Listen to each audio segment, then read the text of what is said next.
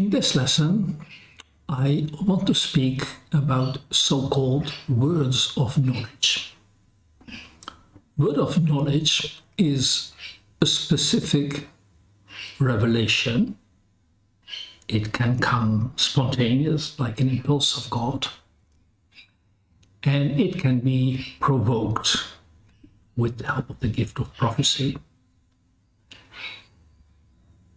Mostly we reserve this word for revelations about the condition of someone, a condition that we did not know.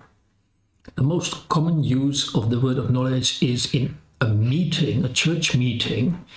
So not so much a healing room session where we are just 2 or 3 with our visitor. We can use words of knowledge there. I mean, we do use it. Suddenly we can ask, did you ever do that? Am I right that you have a back pain? Well, we didn't know about that. So those are also words of knowledge. They are very often used in church meetings.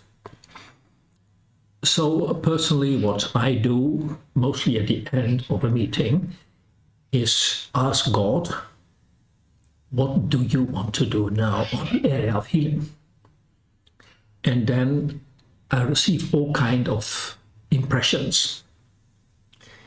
It also happens that I ask my whole team, when we have a meeting, I ask my whole team, like I give you 30 seconds, let's ask for words of knowledge so that I'm not the only one who receives this revelation, but my whole team, and we just combine those things.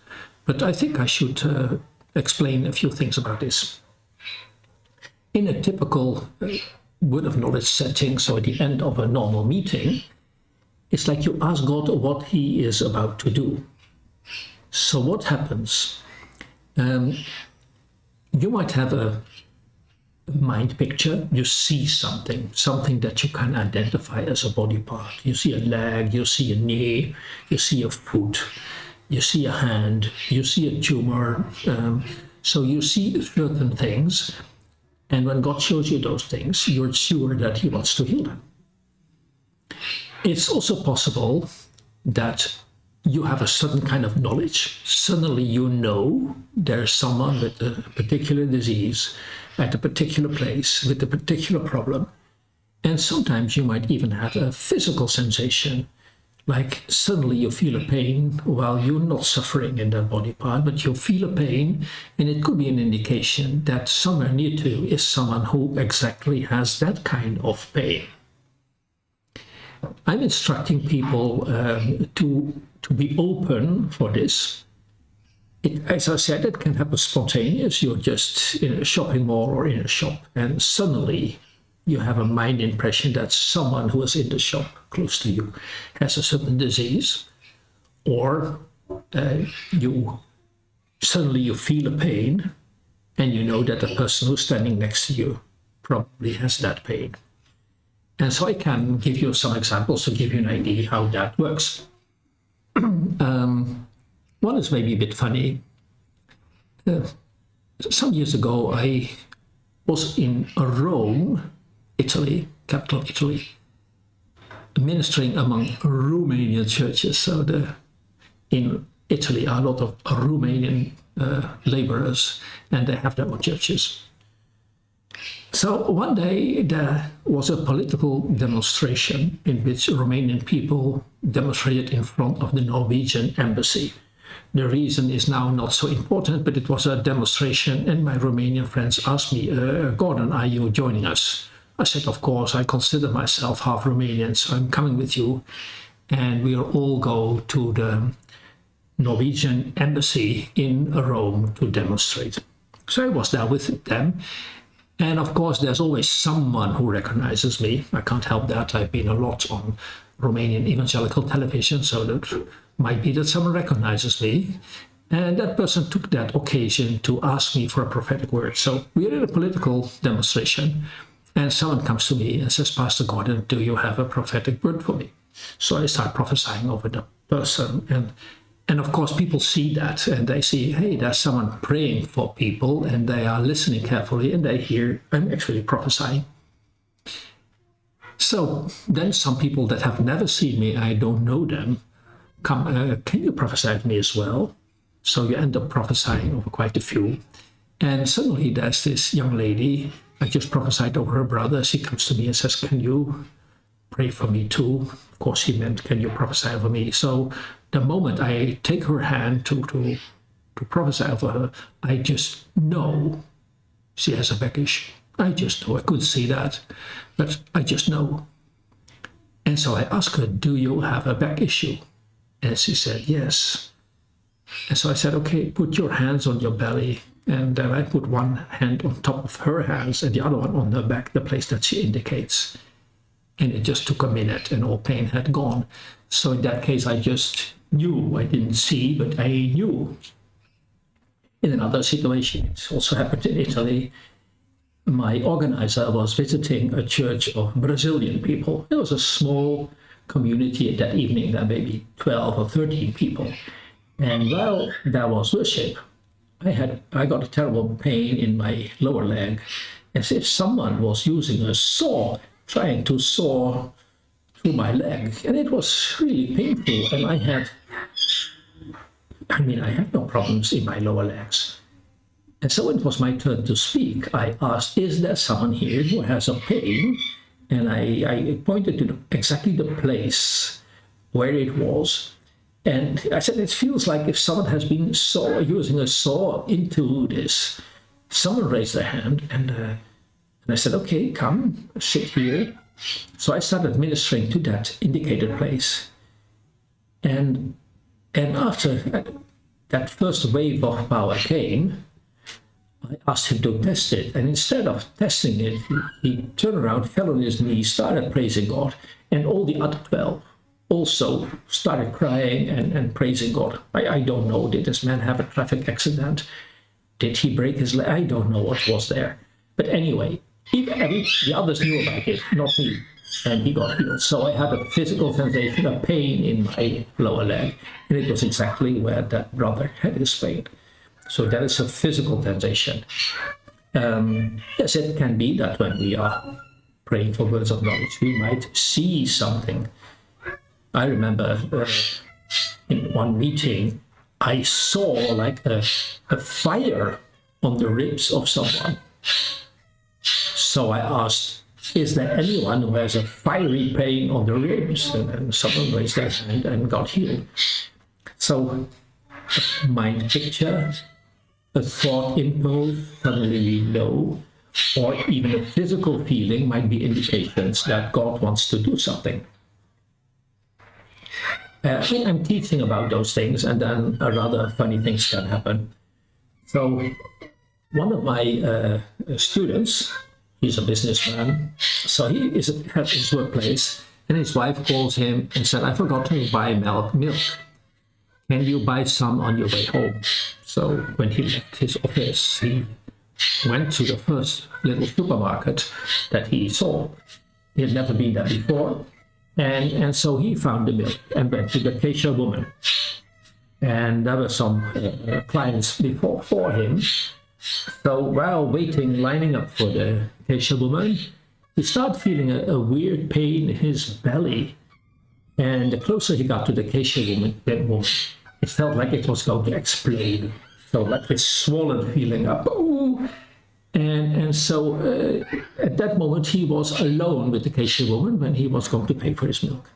And he says, do you have a pain in your belly?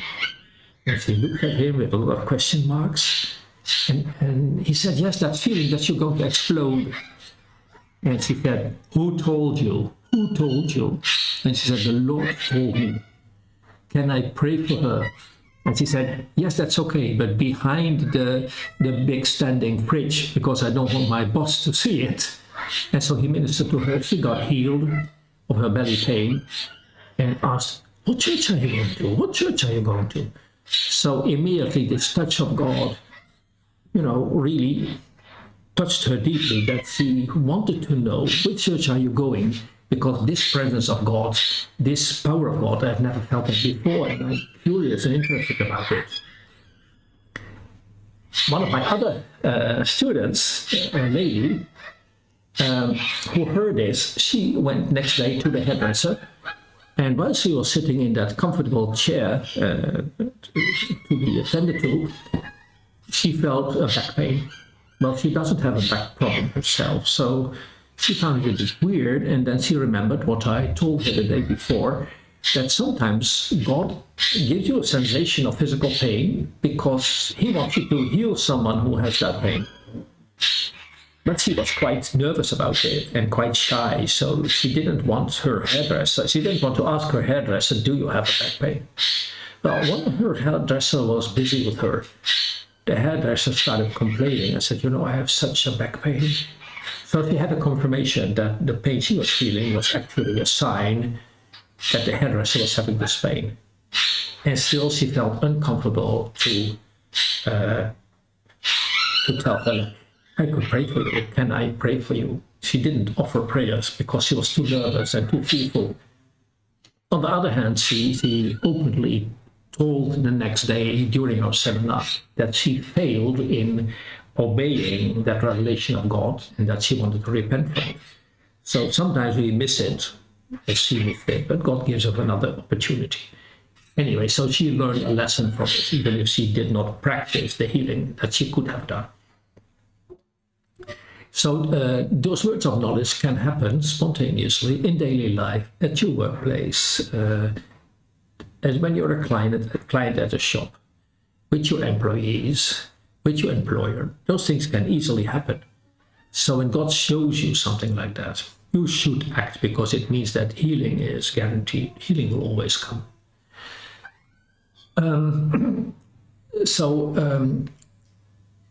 Of course, words of knowledge are very productive in meetings.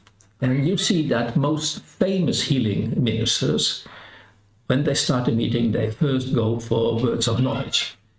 So Randy Clark and other famous ministers, also in my country, Jan Zijlstra, he would start after he gave an evangelistic message and he gave people the opportunity to do the sinner's prayer. So then comes the healing part. And first he would say, well, someone in the back of the church here is someone with a heart issue.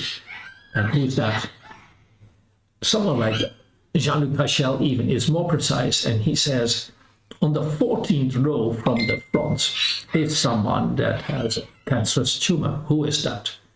And when nobody comes, he simply walks in the hall and counts the row number. Still he is at row number 14. He says, in this row must be the person that has this cancerous issue. And then that person says, well, that's actually me. And then healing takes place. So the more precise you are in your words of knowledge, the chance that people get healed gets bigger. And of course, we can improve. We can improve, by just saying there is someone with a problem at the hand. It would be more effective if you could say, on the third row, over there somewhere is someone with a problem at the hand. Because that surely builds faith with the people that is looking for healing, the person that is sick. When he is so pinpointed and so much identified, he knows this is God. Because no pastor can know that. And he knows that's God, and that it's an open invitation from God to receive healing. So it raises faith, and then healing comes really quickly. Those words of knowledge can be exercised in church. I would encourage you, like you can do it after a normal church meeting. You can say at the end of the church meeting, you can ask for words of knowledge. You can make an agreement with your pastor, with your leader, like, can we do words of knowledge at the end of our meeting, and see what happens. And then there's something special about this. Remember that Jesus says, I can't do anything unless the see the Father do it. Because what the Father does, the Son does likewise. So I explained that revelation should precede action. Now, when you're in a meeting and you start with words of knowledge, actually you're getting the revelation from God. And then you just have to apply that power. And it's guaranteed it brings a miracle. There's some faith with people, they will get healed. So getting revelation about healing is not just passive, like waiting if God shows something. But just as with the gift of prophecy, you can provoke that revelation by asking for it, to say, okay, Lord, tell me, is there something you want to say? Is there something that you want to do? And you just take the impressions that come, the impulses that come, you just do it. And you shouldn't doubt. Because that's the problem. Yeah, maybe I'm wrong. Maybe there isn't someone here with that problem. So I can talk about that in the next session.